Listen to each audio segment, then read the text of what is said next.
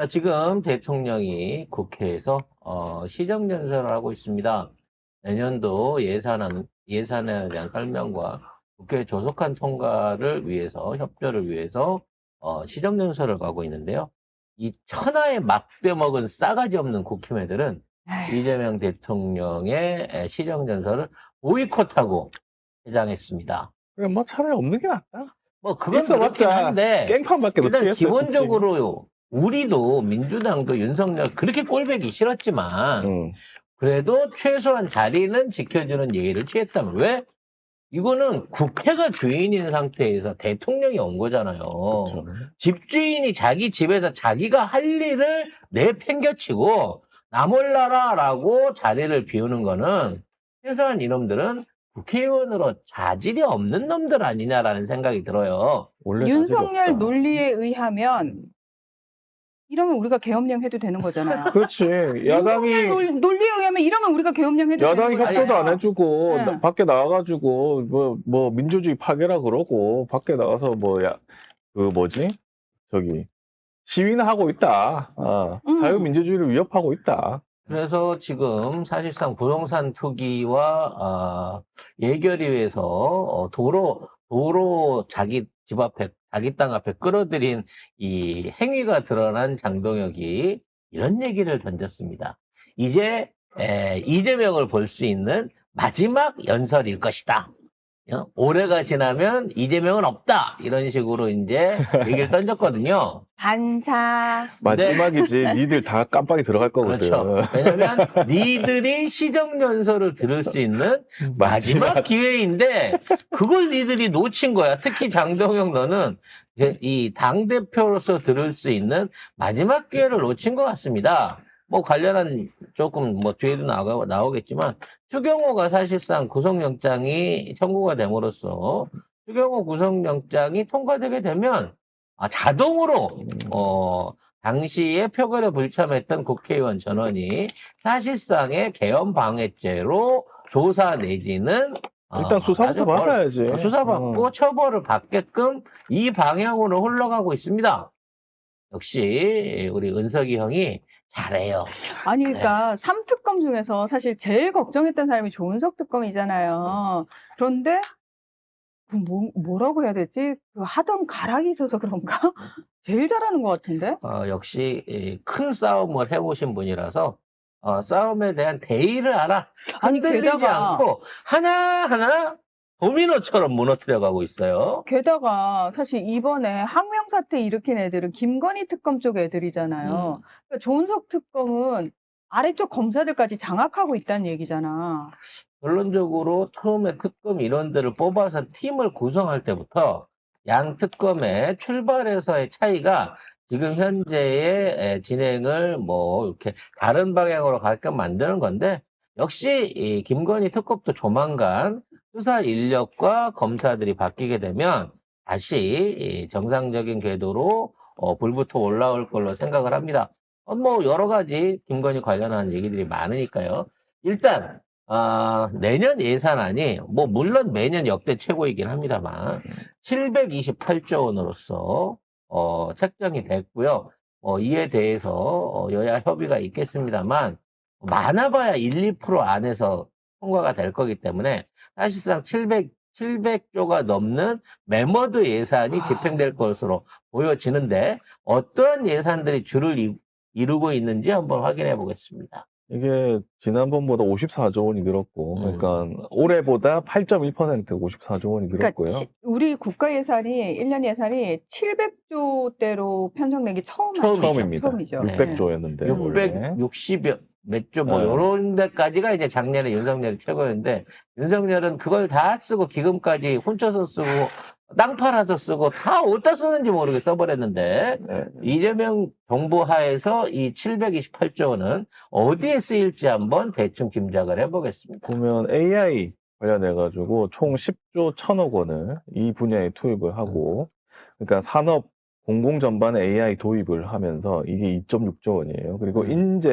인프라 육성에 7.5조 원 이렇게 투자를 하고 AI 고급 인재 11,000명 양성, 그다음에 GPU 35,000장을 조기 확보하겠다. 요것도 있고요. 그 다음에 산업별로 AI로 전화를 한다는 겁니다. 로봇, 조선, 자동차 등 여기에 5년간 6조 원을 또 투입을 합니다. 일단 중요한 건 기존에 있는 예산들은 평상적으로 그대로 유지가 되는데 가장 늘어나는 예산이 R&D 예산, 특히 R&D 요. AI 관련된 거고요. AI. 그다음 이제 국방 예산이 늘어나서 아마 뭐 이제 조율을 거치겠습니다만 실제로 70조 원을 넘어서지 않을까라는 예상을 해보게 됩니다. 예, 그리고 그 이외에도 여러 가지 이제 국가적인 개혁을 위한 부분 안에서 예산들이 늘어나고 그동안 방만하게 운영됐던 각종 특활비라든지 또는 SOC 예산 이런 것들이 줄어들게 되는 이런 구조들을 보일 거예요. 그리고 보면은 올해 예산이 저기 AI 관련해 3조 3천억 원? 요거였었는데 지금 그것보다 이제 3배 이상 늘어나는 AI에 약간 몰빵한 요런 예산안이라고 생각하면 그래서 됩니다. 현재 AI에 대한 세계적인 관심과 우리한테 와 있는 기대치를 생각을 하면 이거는 진짜 땡빛을 내서라도 투자를 해갖고 들어가야 될 돈인 거예요. 사실 국가 예산이 들어가는 부분은 앞으로 투자해야 될 전체적인 예산에 비하면 정말 이 991모 소의 털 하나밖에 안 드는 수준일 겁니다. 최소한 연간 500조 원 가까운 예산이 어떤 형태로든지 AI의 발전을 위해 쓰여야 돼요. 뭐 전기도 확보해야 되고 시스템도 확보해야 되고 인력 교육에도 투자해야 되고 아까 얘기했던 대로 블랙웰도 사들여야 되고 이러한 여러 가지 준비들을 하는 데 있어서 우리가 이제 기본적으로 자금을 꺼내 놔야만 이것들이 어떤 형태로든지 돌아올 수 있는 그 마중물이 되는 거고요. 여기에 외국 기업들, 외국의 투자 자본들이 한국의 가능성을 믿고 집중적으로 투자해 준다고 합니다. 여기에 이제 또 하나 기대해 볼 수 있는 게 저는 국민 펀드를 어떤 방식으로 운영을 할 거냐. AI라든지 첨단 기술에 대한 국민 펀드. 요거는 예산이 아니거든요. 요런 것들을 누가 중심이 돼서 투자를 하고, 그다음 국민의 참여할 수 있는 비중을 어디까지 높이며, 나중에 이게 수익으로 돌아왔을 때의 분배를 어떤 방식으로 할 것인가라고 하는 부분도 예산안과 별도로 내년에 매우 주목되는 부분 중에 하나입니다. 근데 지금 트럼프 대통령이 미국 CBS 그 60분 인터뷰에서 엔비디아가 중국으로 최첨단 반도체를 팔도록 허락할 것이냐라는 질문에 그렇게 하지 않을 것이다.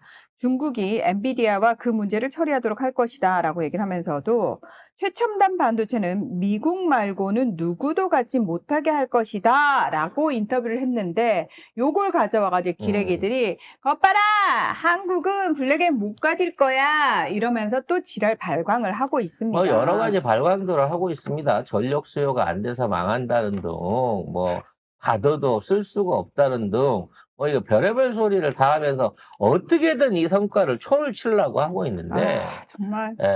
이미 세계가 우리나라와 우리 기업들을 원하고 있어서 들어오는 거예요.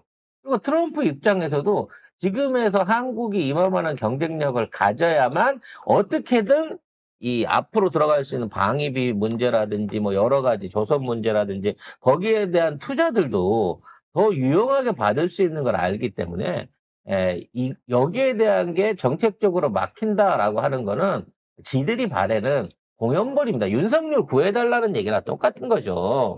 그러니까 지금부터는 이제 우파들이 나서갖고 반미 반트럼프 운동을 하세요. 지금부터라도. 트럼프 네가 대한민국을 망친다 그러고 막 갖다 시비를 걸어요. 그렇지. 북한 김정은 왜 만나냐, 트럼프 빨갱이냐 이렇게 얘기해야지. 벌써부터 그런 얘기하고 있어요. 엔비디아가 공산당이다. 뭔 또라이 같은 소리야. 엔비디아 때문에 이제 우리나라 경제가 엔비디아에 종속된다는 거야. 미국 기업인데? 미국. 그러니까 엔비디아한테 종속된다는 거야, 이제. 그러니까 그런 식으로 따지면 우리나라 방송은 넷플릭스에 종속돼 있고 유튜브에. 우리나라의 컴퓨터는 마이크로소프트에 종속돼 있는 거라는 얘기지. 얘들의 주장으로. 하나만 한 말이고 오늘 AI 그 관련이 10조 1천억 원이고 연구개발 R&D도 35조 3천억 원이거든요. 이거는 역대 최대 규모입니다. 그러니까 이공계에도 이재명 계속 지지해라. 자, 그리고 자주국방위에서 국방비를 올해보다 8.2% 정액해서 역대 최대인 66조 3천억 원 투입합니다. 군인들도 이재명 지지해야 돼. 자, 그리고 취약계층 보호를 위해서 생계급여를 4인 가구 기준 매월 200만 원 이상 지원하고, 그다음에 국토 균형 발전 위해서 인구 감소 지역 주민에게 월 15만 원의 농어촌 기본소득을 지급합니다. 못 사는 사람들도 이재명 지지해야 돼. 그래서 저쪽 놈들은 그저 토건적이 살아야 되는 거예요. 아니, 그러니까 너무 웃긴 게 그러면은 젠슨항이랑 깐부치킨에서 치맥한 정의선, 이재용 그리고 분이 그리고 또 그 이번에 엔비디아로부터 GPU 받기로 한 네이버 그다음에 SK 하이닉스 SK. 다 저기야? 그러니까 얘네들도 다 뭐 젠슨항이랑 같은 거야? 공산당이고 빨갱이고 막 다 그런 거야? 젠슨은 심지어 대만 출신이야. 그러니까 뭐야 이게. 그래서 얘네들의 이제 가짜는 논리가 자기 미친놈들. 부정을 자꾸 만들어내고 있어요. 에, 그러니까 예전에 이재명은 그 5만 개 확보도 못할 거야 그랬다가 확보 못한 게 아니라 확보해도 못 쓴다는 얘기였다 그러는 둥.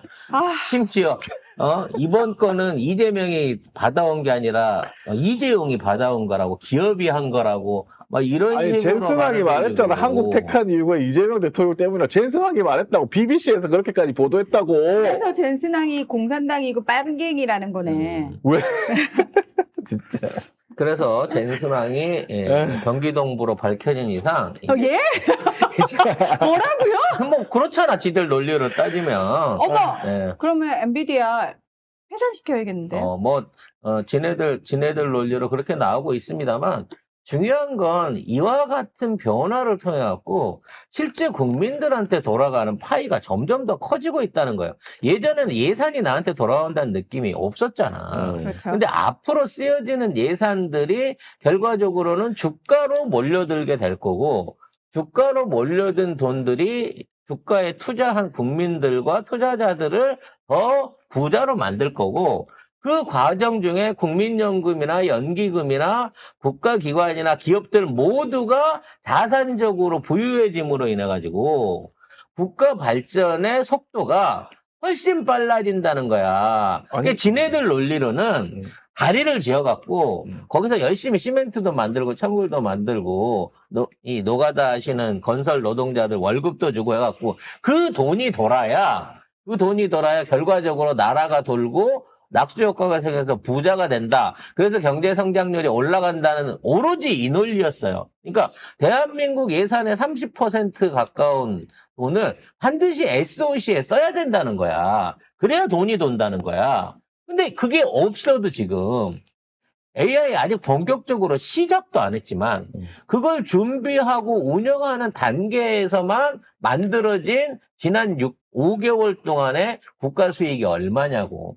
증시 안에서만 1,000조가 넘는 돈이 만들어진 거예요. 덕분에 국민연금도 가만히 있다가 200조 벌었잖아. 가만히 있다 200조만 번 거야? 이제 그 국민연금은 앞으로 매년 그보다 더 많은 돈을 벌 거예요. 쓸데없는 해외 투자 안 하고 50% 한국 주식에 이재명 대통령 임기 안에 50% 꽂겠다라고 총성맹사를 했어. 정말 5천 가구 망가면요. 아마 국민연금은 주식 차익으로 얻어지는 장기 보관으로 얻어지는 수익만으로 진짜로 지금 30년 늘렸잖아. 한 200년은 연금 고갈 없는 상태에 최고로 우수한 재원이 될 수 있는 그런 유리한 조건을 지금 맞이하고 있는 거야. 내년엔 안 오르겠어? 내년엔 더 많이 안 벌겠냐고. 그리고 그것만에 국민연금 반드시 앞으로 하게 되는 AI나 이와 관련된 사업 투자에 대한 국민펀드에 참여할 거란 말이에요. 그리고 그 수익을 국민들하고 나눌 거 아니야. 결국 이렇게 되다 보니까 이재명이 모든 걸 금융으로 몰고 가고 있다라고 비명을 지르고 있는 거야. 토건으로 몰고 갈 때에 비해서 지금 이재명 대통령의 지난 5, 6개월 동안 만들어졌던 가장 큰 게 금융 시스템 안에서 일어난 거야. 증시 안에서. 그 돈의 흐름 안에서. 이렇게 만들어진 엄청난 시너지 효과와 그 다음에 거기에 나는 낙수 효과 때문에 지금 돈을 지금 대한민국 기업들과 증시가 주체를 못할 만큼 벌고 있어요. 계속 돈을 빨아들이고 외국에서도 빨아들이고 기존에 있는 부동산에 걸려있던 돈들도 빨아들이면서 이제 우리가 흔히 얘기했던 부동산 규제? 하라 그래. 아니 풀으라 그래. 지금 누가 부동산을 사? 실수요자가 없어갖고 지들끼리 사고 파는 장난질 거래 아니면 어디 가갖고 부동산 수익이 낮이라는데, 지금 강남에 있는 재개발 아파트 30억에 사면 60억이 된다고. 사시라고. 5년 후에 60억 돼갖고 팔 사람 있으면 팔아보시라니까? 그래. 돈 있는 애들이 좀 많이 샀으면 좋겠다. 진짜 많이 샀으면 좋겠어요. 그리고 여기 돈 있으신 분들은 많이 사세요. 이재명 정권 시작하면서 그 인버스 샀던 애들 지금 마이너스 68% 아니에요. 아주 좋아. 더 사세요. 더 사. 그냥 주변에 사돈에 팔촌에 부모님의 전 재산 다 걸어. 낼 수 있는 거 다 해서 올인해.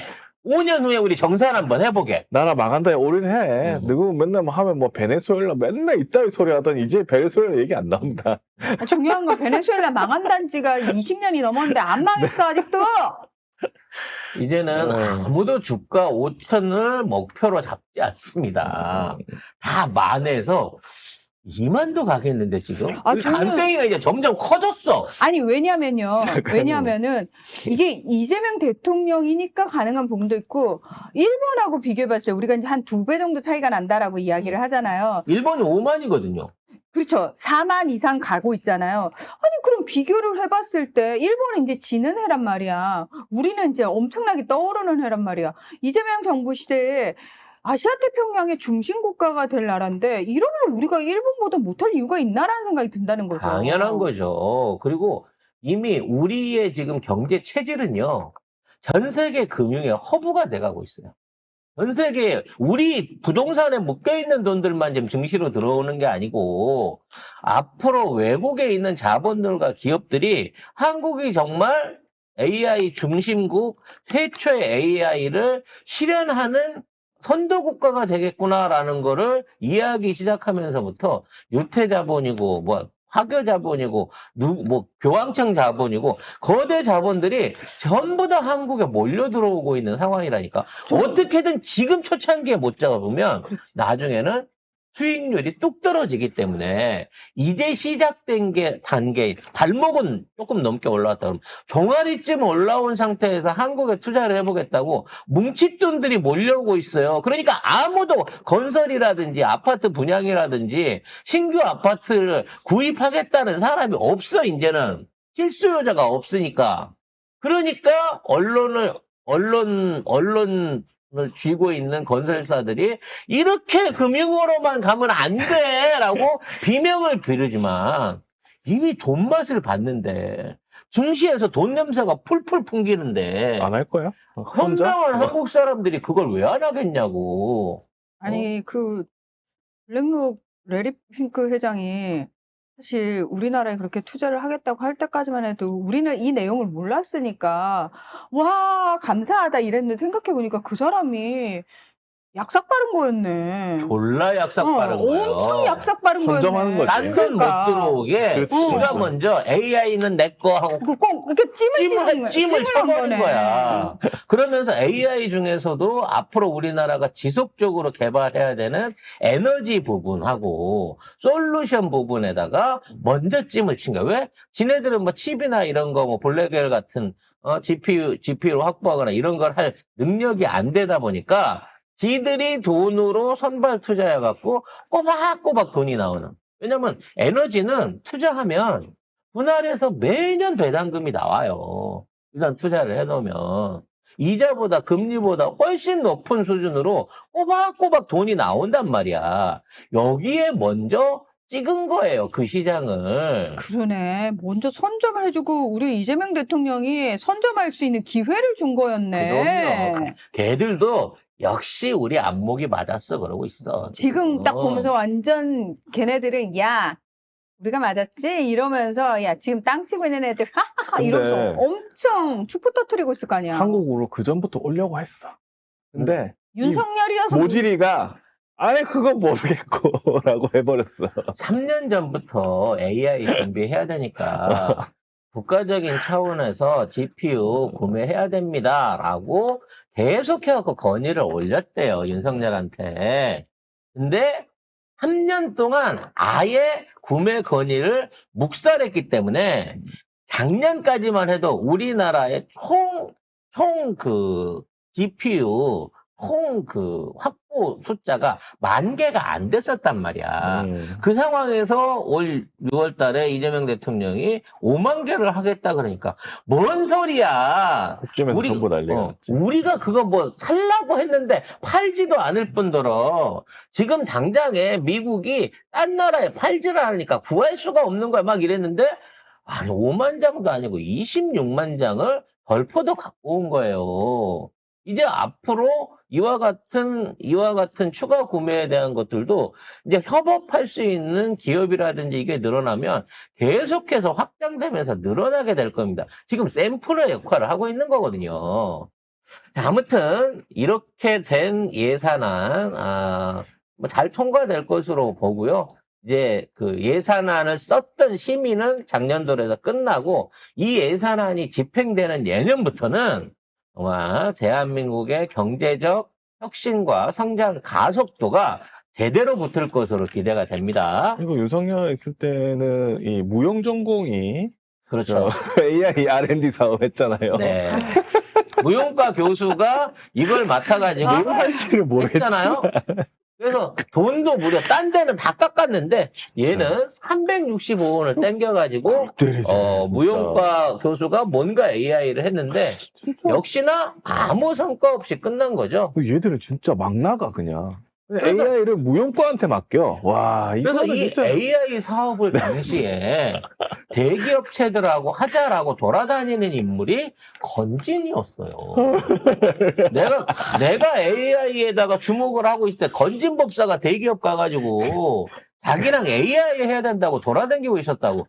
이 새끼들은 진짜 그건가? 무속 AI를 하고 싶었던 것 같아요. 사주 그러니까. AI GPT 뭐 이런 거. 세계의 사주 GPT로 세계인의 아이씨. 사주 시장을 점치는 먹으려고 하지 않았을까라는 생각도 듭니다.